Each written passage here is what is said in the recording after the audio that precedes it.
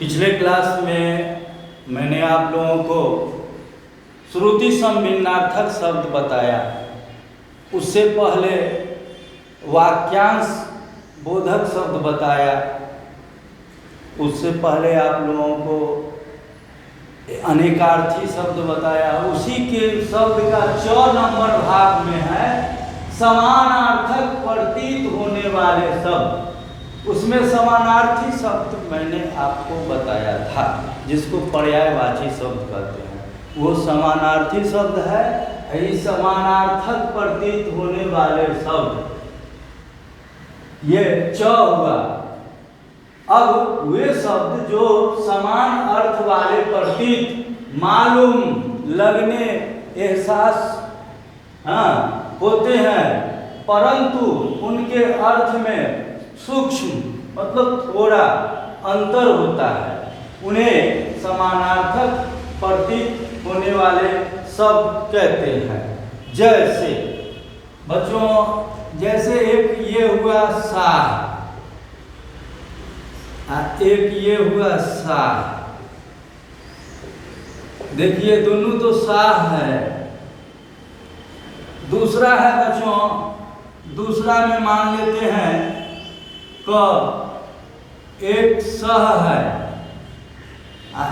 एक बात का जरा अंतर आप लोगों को देखिए कि ये समानार्थक प्रतीत होने वाले शब्द है।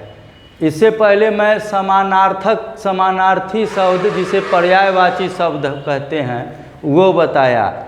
वो समान अर्थ को व्यक्त करता है, इसलिए समानार्थी पर्यायवाची हुआ।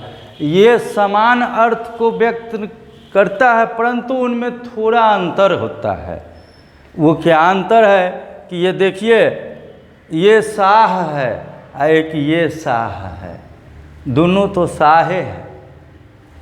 ये है आकार का, आकार इसमें से हटा दिए तो देखिए ये सह हो गया, ये सह हो गया।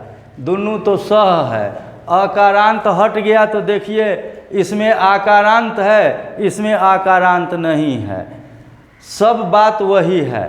तो देखिए इसे ही समानार्थक शब्द कहते हैं। कितना अंतर है, जरा सा। आकार देंगे तो दूसरा अर्थ, आकार हटा दिए तो दूसरा अर्थ। इसे ही समानार्थक प्रतीत होने वाले शब्द कहते हैं। आपको मालूम पड़ेगा कि दोनों तो एक के है जी, स है, लेकिन इसमें कुछ अंतर है। जैसे ये साह मतलब क्या हुआ, व्यापारी।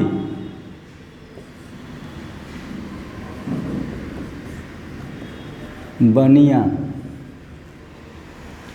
जो किराना का दुकान खोलता है, चाय का दुकान करता है, हाँ, उसको क्या कहते हैं, व्यापारी, बनिया। उसका नाम तुमको अक्सर तुम देखोगे, उसका क्या नाम है, तो साह।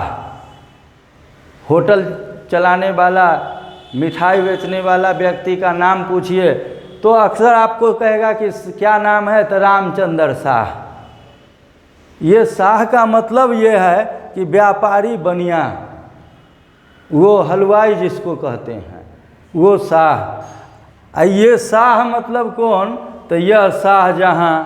देख लीजिए इसका अर्थ कितना बदल गया। आज हमारे देश के बहुत बड़े सुपरमैन का नाम है अमित शाह। तो कहने का अर्थ यह है, शाह देने से कितना बड़ा अर्थ में बदलाव हो जाए। जैसे मैंने आपको बताया, उदाहरण तो ये है शाह। शाह मतलब व्यापारी, बनिया, मिठाई का दुकान करने वाले व्यक्ति, चाय का दुकान बेचने वाला, किराना का दुकान करने वाला, ये सब व्यापारी वर्ग हैं जिनके नाम को तुम पूछो तो कहेगा, जैसे किसी का नाम रामचंद्र शाह, किसी का दिनेश शाह। एक शाह, ये शाह हुए। एक शाह हैं हमारे देश के बड़े सुपर पर्सन हैं, जैसे अमित शाह, शाहजहां। और आइए भारत के किंग हैं, पुराने किंग हैं, शाहजहां। शाहजहां मतलब बादशाह के अर्थ में। जैसे शाहजहाँ थे वैसे आज जो है अमित शाह हैं। अब आइए एक सह का मतलब हुआ जब तक सह तब तक लह। सह मीन सहन करना, जो सहन करता है, जो सहता है वही लहता है, वही बहता है। सह मीन्स सहन करना, सह माने साथ, साथ संस्कृत वर्ड है, तत्सम शब्द है। सह मीन्स सहायता, साथ। जैसे अहम कलमेन सह लिखामी, मैं कलम से लिखता हूँ, कलम सहायता करता है लिखने में। इसे कलमेन सह सहायता के अर्थ में, साथ सहायता के अर्थ में।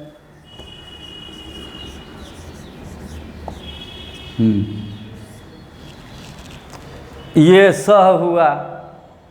अब है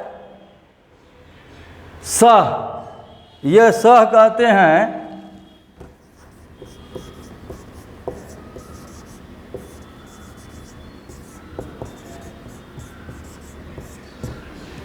ये शतरंज की चाल है। शतरंज का यह शतरंज खेल होता है, उसमें सह से ही मात होता है। तो सह दीजिएगा आप तो बढ़ेगा ही। आप ही घोड़ा पर चढ़िए और उसके लगाम को खींचिए तो घोड़ा को सह मिलता है, घोड़ा दौड़ने लगता है। यही हुआ सह, माने शतरंज की चाल कहिए वो। अब आप लोग देखो बच्चों कैसे अर्थ है, लेकिन कितना बड़ा मीनिंग इसमें चेंजिंग हो जाता है। इसे ही समानार्थक प्रतीत होने वाले शब्द कहते हैं। अब तुम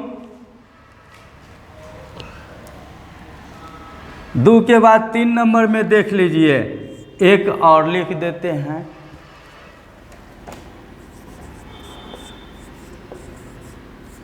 एक रम है,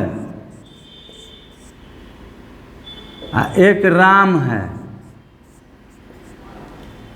देख लीजिए बच्चों, एक रम है, एक राम है। रम जाना मतलब मन लग जाना है। हमें जैसी हवा देखनी चाहिए वैसे रम जाना चाहिए, उसी में रम जाना चाहिए।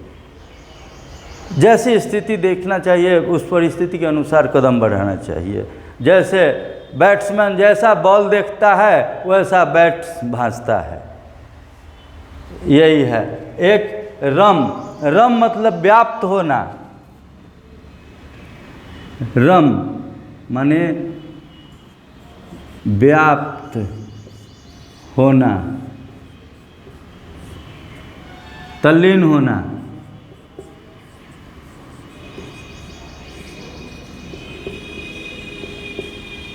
एक राम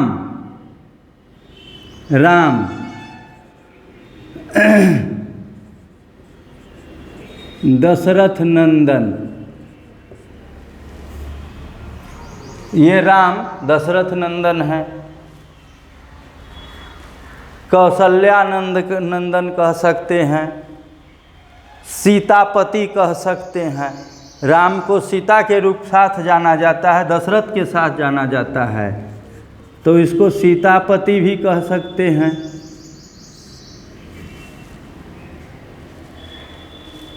दशरथ पुत्र या सीतापति, इस रूप से राम की पहचान है।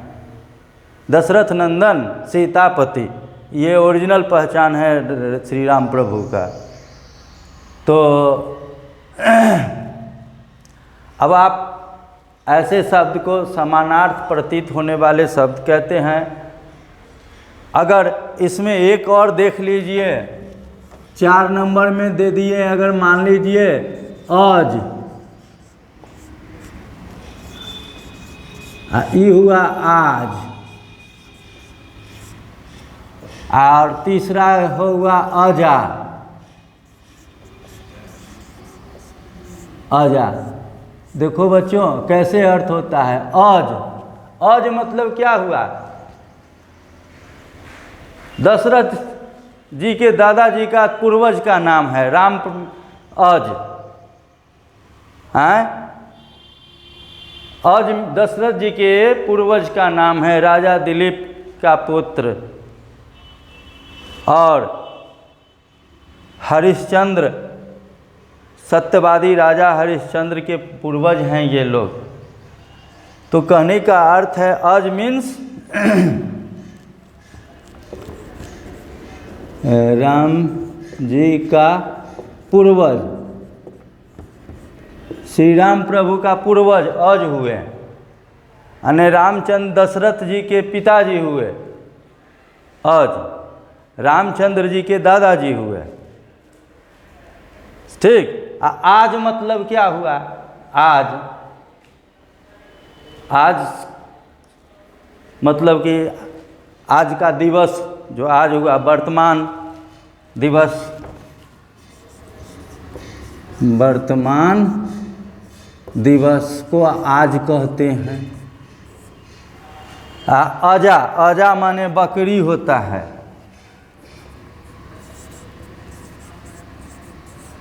बकरी, यही शब्द को समझ आइए बच्चों।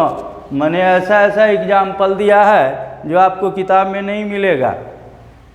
मैंने अपना सूझबूझ से इस शब्द के डिफिनीशन के अनुसार सेट किए हैं। इसके नियम के फॉलो करते हुए मैंने इसको एग्जाम्पल दिया हूँ। इसमें देख लीजिए कितना परिवर्तन है।